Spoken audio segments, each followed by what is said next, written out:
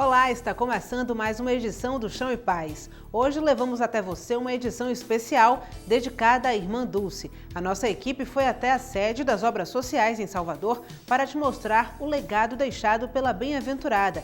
E tem ainda reportagens sobre o aspecto religioso da Beata que inspira fé para quem vive aqui e para os peregrinos de todo o país que vêm deixar suas orações no santuário, localizado no Largo de Roma. O Chão e Paz está no ar.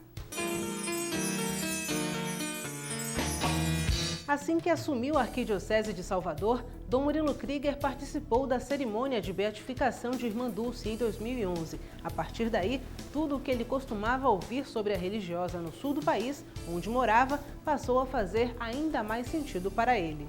Então, o senhor não conheceu pessoalmente, né, Irmã Dulce, mas recebeu a missão de ficar à frente da Arquidiocese, onde ela deixou a grande parte da sua obra, né? Como isso te toca? Eu até uma vez escrevi um artigo que, se eu tivesse imaginado que um dia viria trabalhar aqui, eu teria ido ao encontro de Irmã Dulce, porque lá no Sul já se falava muito. A televisão fez vários programas, entrevistas sobre ela. Eu sempre admirava. Tenho também uma irmã mais velha que esteve aqui 2 vezes, em contato pessoal com a Irmã Dulce, falava muito, mas eu nunca imaginei que um dia viria para cá. E logo que eu cheguei, já houve a beatificação. Foi um presente. Celebrar o centenário de nascimento é uma graça, é uma responsabilidade, porque ela nos deixou uma herança. E vamos ser sinceros, uma pesada herança, porque é uma obra que atende umas 3.000 pessoas por dia, mas uma santa herança. Quer dizer, ela fez o que ela tinha condições de fazer, e nem sei como foi possível ela fazer tudo o que fez, sem recursos, sem grande instrução, sem ser uma pessoa assim, que tivesse de onde buscar os recursos. Ela confiava em Deus e apelava para as pessoas. E ela nos deixou, então, essa herança como para dizer, olha, eu fiz a minha parte, cuidei dos pobres, procurei atendê-los, fiz aquilo que humanamente era impossível, agora façam a sua.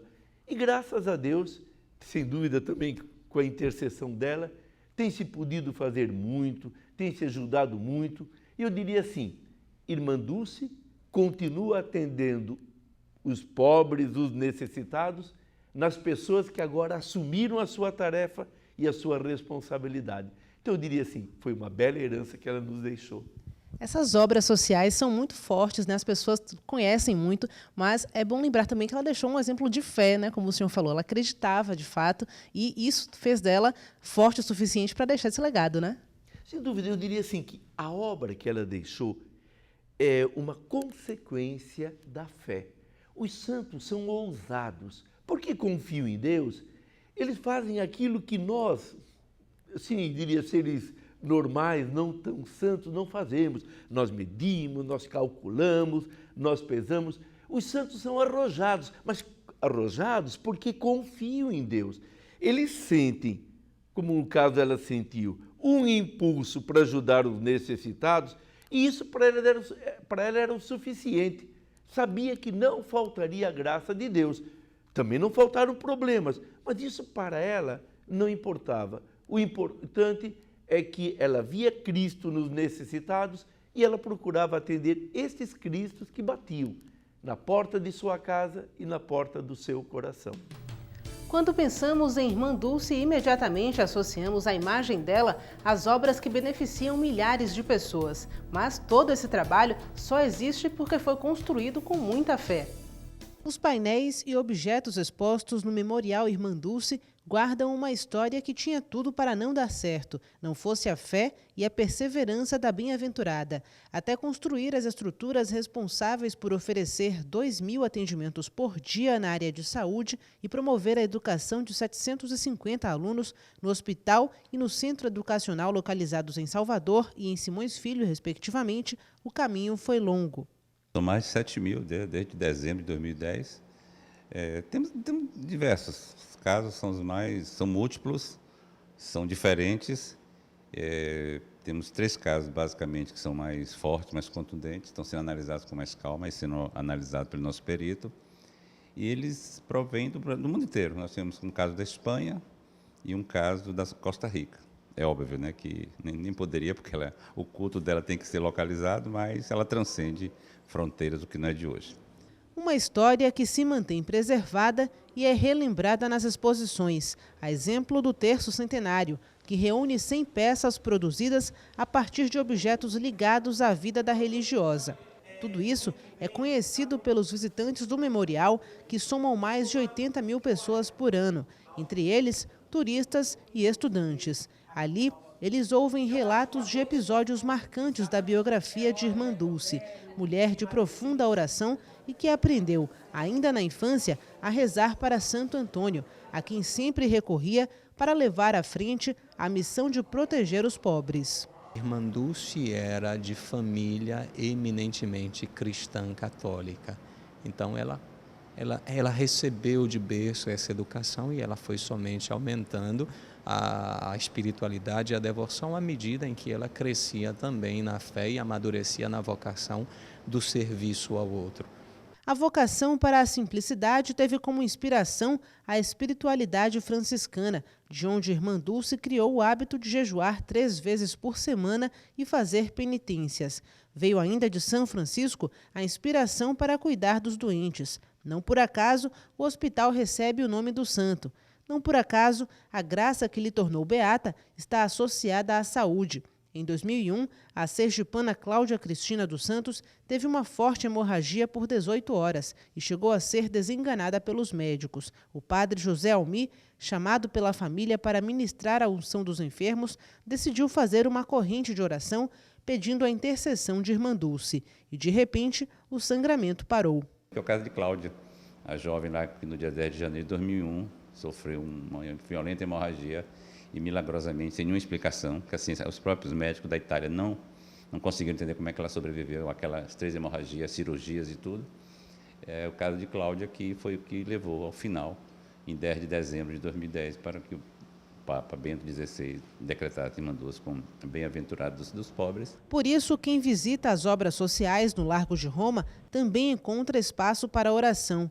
Diariamente, são celebradas 2 missas, ao meio-dia e às 4 da tarde. Além disso, o local mantém atividades pastorais. Nós não temos todas as atividades que uma paróquia tem, mas nós temos sim atividades pastorais, porque nós temos alguns grupos aqui, basicamente 2 pastorais que precisam funcionar não só aqui, mas toda e qualquer comunidade cristã, é a catequese e a liturgia. No santuário, é possível visitar a Capela das Relíquias, onde está sepultado o corpo de Irmã Dulce e onde as pessoas depositam flores, fotos e bilhetes, com pedidos, preces e agradecimentos. A Capela das Relíquias, ela funciona aqui e está agregado praticamente a esse patrimônio todo que é o memorial, né? Então as pessoas que vêm visitar de fora, turistas, devotos, fiéis ou não, sempre passam por lá, pelo memorial, e depois chegam aqui na capela. As preces também são feitas durante todo o dia no santuário, no silêncio de cada fiel. É um lugar de oração, a casa de Deus, de paz, né? E é um lugar que me deixa tranquila e calma. Eu sou sempre, né? Mas fica mais ainda, né? Pedindo, rezando, orando, pedindo a Deus. Minha sobrinha, ela se tratou aqui no Hospital Irmã Dulce, né? E ela foi muito bem acolhida, não só fisicamente pelas pessoas do hospital, mas também pela própria presença espiritual de Irmã Dulce, né? Que a gente pedia a intercessão dela, né? E até hoje mesmo, quando eu venho aqui na igreja, né, da Mãe de Deus, e no próprio Hospital Irmã Dulce, né? Eu peço que ela também passe à frente junto de Jesus e de Maria. Porque eu considero que ela já é uma santa. Não resta dúvida de que ela é uma santa.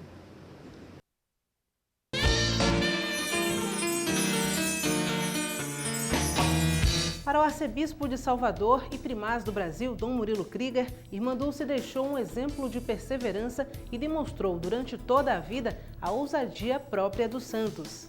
O senhor falou anteriormente que acompanhou o momento da beatificação logo que chegou aqui a Salvador. Como é que foi esse momento para o senhor? Muito importante. Aliás, foi a segunda experiência que eu faço nessa linha. Quando eu assumi a Arquidiocese de Florianópolis, em 2002, 2 meses depois de assumir, eu estava em Roma para a canonização de Madre Paulina, que hoje é santa e tem um santuário lá na Arquidiocese, em Nova Trento. Aqui, eu já chego também, uns 2 meses depois, participo da beatificação de Irmã Dulce. Parece que Deus quer me dizer assim, fique tranquilo, você é limitado, você não tem grandes capacidades, mas eu vou colocar junto de você pessoas que vão poder fazer aquilo que você não conseguiria. Então isso para mim é um sinal assim, de um carinho especial de Deus, porque como você lembrava antes da fé, quer dizer, a Irmã Dulce, a gente olha o que ela fez, mas realmente temos que olhar o que ela é, o que ela era, aquele impulso para Deus, aquela amizade com o Senhor, o resto tudo veio em função disso. Eu penso que a grande lição neste dia do centenário, a grande lição que ela nos dá é o seguinte: confiar em Deus, ser amigo do Senhor, jogar no coração dele os problemas. Ele não vai nos deixar sem cruz e sem dificuldades, mas a gente sabe que quando a gente passa alguma coisa por causa de Deus, ele nos dá força para enfrentar. Tem algum aspecto na biografia de Irmã Dulce que te chama a atenção de modo especial? Justamente esta ousadia, porque eu olho para ela e penso assim, meu Deus, uma pessoa humanamente frágil, com voz fraca, com 1000 limitações, ela tinha 1 milhão de desculpas para dizer, não, eu não posso fazer nada, eu sou uma pessoa doente, eu tenho que cuidar da minha saúde, vou me poupar. E, no entanto, ela se jogava. E de onde ela buscava essa força? Só no coração de Deus, porque ela mesma não tinha. Então, esta ousadia que é própria dos santos, isso me chama a atenção nela. A capacidade de olhar um objetivo, lutar por ele, quando se sabe que esse objetivo é de Deus, é da vontade de Deus.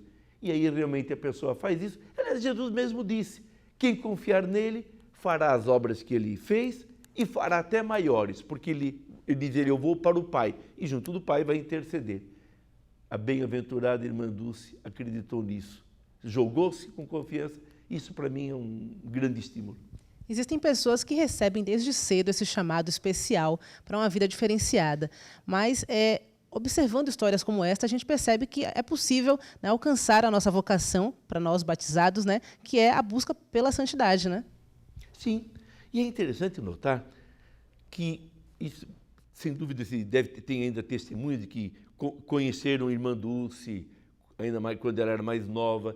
Quer dizer, não é que o santo é alguém carimbado e que já todo mundo diga, olha aí, esse vai ser bem-aventurado, esse vai ser canonizado. Não, eles vão respondendo à vontade de Deus dia por dia. Vão fazendo a vontade de Deus, vão trabalhando para a glória de Deus, vão fazendo como Maria. Quando o anjo apareceu a Maria em Nazaré, na Anunciação, o anjo não apresentou o programa, olha, Deus quer que você lhe diga um sim para que o seu filho nasça em você, depois você quando for apresentar ao templo, vai ser dito palavras duras lá por Simeão, depois vai acontecer aos 12 anos que você vai perder no 3 dias, não, e finalmente você vai estar lá no Calvário. Nada. Deus lhe pediu um sim naquela hora. E de sim em sim, Maria chegou ao Calvário, como chegou depois ao cenáculo para a vinda do Espírito Santo. Então, ser santo é isso. É a cada proposta de Deus responder sim. E a um sim que eu dou a Deus, eu preparo um novo apelo de Deus melhor. Eu me coloco em condições de escutar esse seu apelo e de colocá-lo em prática. E o que representa para a Arquidiocese de Salvador ter uma bem-aventurada, né, que deixou aqui tantas obras, ainda hoje, beneficiando tantas pessoas? Representa uma graça e uma responsabilidade, porque é uma graça, não fizemos nada para merecer, um presente de Deus. Agora, uma responsabilidade, porque temos um modelo claro diante de nós, não podemos agora dizer, não, é muito difícil, não dá para ser santo. Não. A nossa bem-aventurada mostra. E, aliás, ela vem se juntar a outros que aqui passaram e que deixaram a sua marca. Pensemos em Anchieta, agora São José de Anchieta, que aqui viveu 10 anos em Salvador. Aqui foi ordenado padre, aqui chegou quando veio de Portugal. Pensemos na irmã Lindalva. Pensemos no Papa João Paulo II, que esteve aqui 2 vezes, em 2 ocasiões, 80 e 91. pensemos em Madre Teresa de Calcutá, que esteve aqui 2 vezes. Quer dizer, Salvador, que já tem um nome que é um programa, lembra? O Salvador, o enviado do Pai para nos salvar, recebeu e acolheu tantos santos. Quer dizer, é uma cidade que pode nos fazer santos se colaborarmos com a graça de Deus.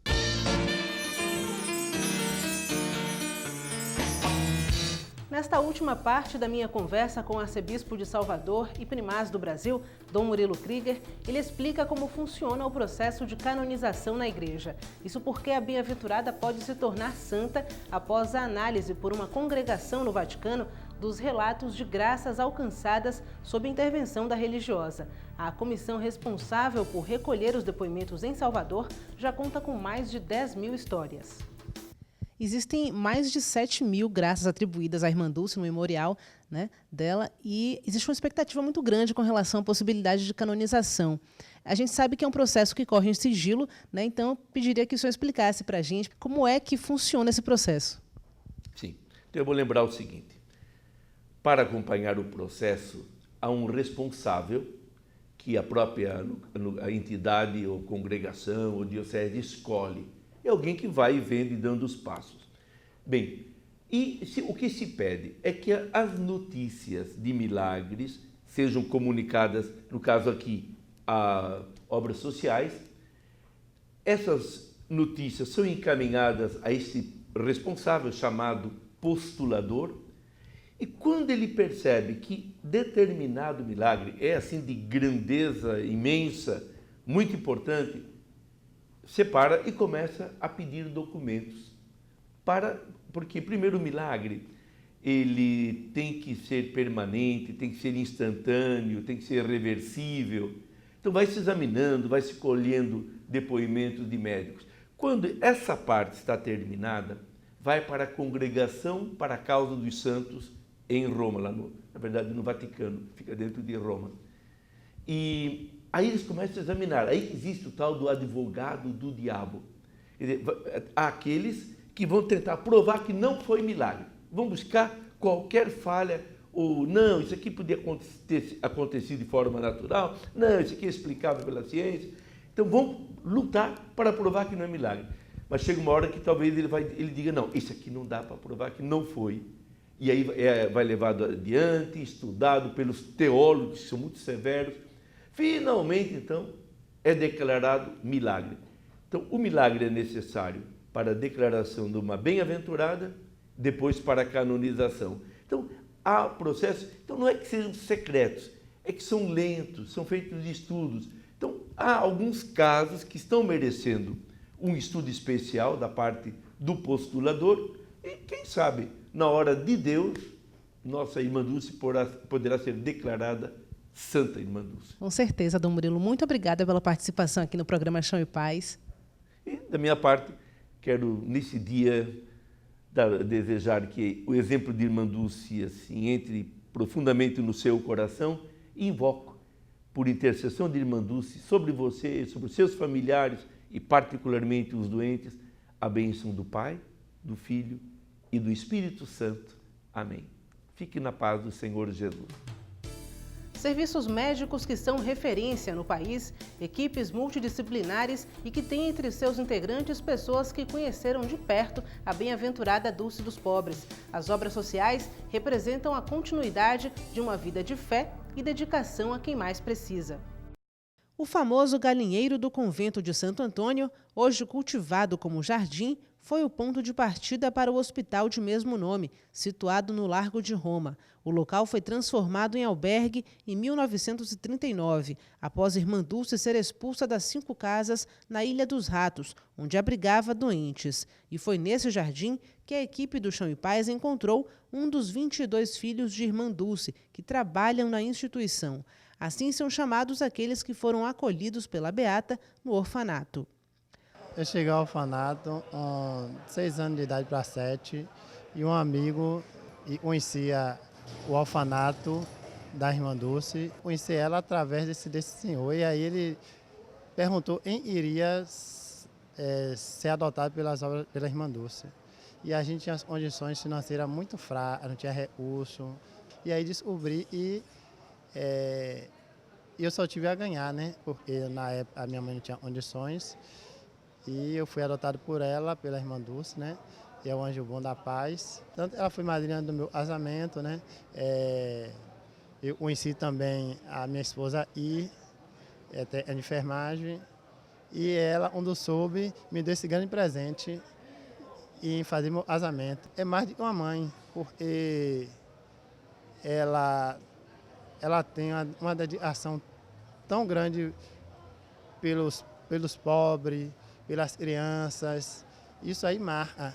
E até hoje, sempre marcou minha vida. Seu Misael é apenas uma das milhares de pessoas que tiveram as vidas transformadas por Irmã Dulce. O número exato de beneficiados não pode ser especificado. Afinal, ainda hoje, aparecem histórias novas sobre a Beata. Uma outra história que eu acho muito emocionante foi num programa de bem-vindos, um programa de acolhimento dos novos colaboradores. Um colega estava sentado, um rapaz jovem, seus 30 e poucos anos, ele muito emocionado.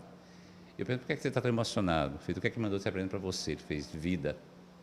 Eu digo, opa, tem história bonita aí por trás. Eu pergunto, por que vida? Ele fez, não, meu pai foi encontrado por Irmã Dulce, mendigo, como sujo, doente, em cima de um monte de lixo na Feira de São Joaquim. E a Irmã Dulce pegou ele num carrinho de mão e trouxe até aqui. Durante um ano, ele foi cuidado por Irmã Dulce aqui. Quando ele ficou bom, a Irmã Dulce descobriu que ele era pedreiro. E aí contratou ele, e ele acabou de se aposentar como pedreiro lá no Simões Filho. E hoje eu vim aqui agradecer a Irmã Dulce e ao nosso novo colaborador, um novo funcionário da instituição. Então são essas pequenas histórias que eu acho que diariamente acontecem, assim, dezenas parecidas com essa. Algumas chegam ao nosso conhecimento. No Hospital Santo Antônio, são oferecidos 1.005 leitos, mais de 30 especialidades médicas e serviços que vão da pesquisa científica a consultas e exames. São procedimentos de pequena e média complexidade no Centro de Saúde, que realiza 12 mil internamentos e cirurgias por mês. O perfil é muito amplo, indo da pediatria até os idosos com a geriatria, passando por oncologia, cirurgias, implante coclear e o cuidado aos deficientes físicos, que também é um dos núcleos novos, né, que é o CER4. Referência no Norte e Nordeste, o Centro de Reabilitação de Anomalias Craniofaciais se destaca por oferecer atendimento multidisciplinar. No chamado Centrinho, as crianças recebem tratamento em áreas como fonoaudiologia para corrigir problemas de fala decorrentes de fissuras labiais e outras disfunções, e odontologia, o que inclui procedimentos que vão da higiene oral a próteses e implantes. Por mês, são mais de 3 mil pacientes, 8 mil atendimentos e 25 cirurgias. Quanto mais cedo e quanto mais ele entender que ele é igual a qualquer outra pessoa, que ele não tem nada demais, e é um processo simples que pode ser resolvido, a reintegração dele à sociedade é muito mais tranquila, porque às vezes tem mãe que não leva a criança nem na escola. A gente tem pacientes que não estudam porque tem vergonha, porque é feio, porque as pessoas vão falar. Então, se faz o tratamento psicológico também é importante nisso, para ele aprender a aceitar ele do jeito que ele é mesmo e ele ser uma pessoa integral, completa. Outra área reconhecida nacionalmente é o Centro de Reabilitação e Prevenção de Deficiências, que atua em 4 modalidades: auditiva, física, intelectual e visual. Aqui, mais de 100 pessoas são atendidas. As crianças recebem acompanhamento especial dos profissionais, que realizam atividades recreativas para promover o desenvolvimento motor, social e intelectual de cada uma delas. O Chão em Paz fica por aqui, mas você pode entrar em contato com a nossa equipe através do e-mail chãoepaz@arquidiocesesalvador.org.br e no portal www.arquidiocesesalvador.org.br você pode rever outras edições do programa e ficar sabendo o que acontece na nossa igreja. Para você, uma ótima semana. Fique com Deus e até o próximo Chão em Paz.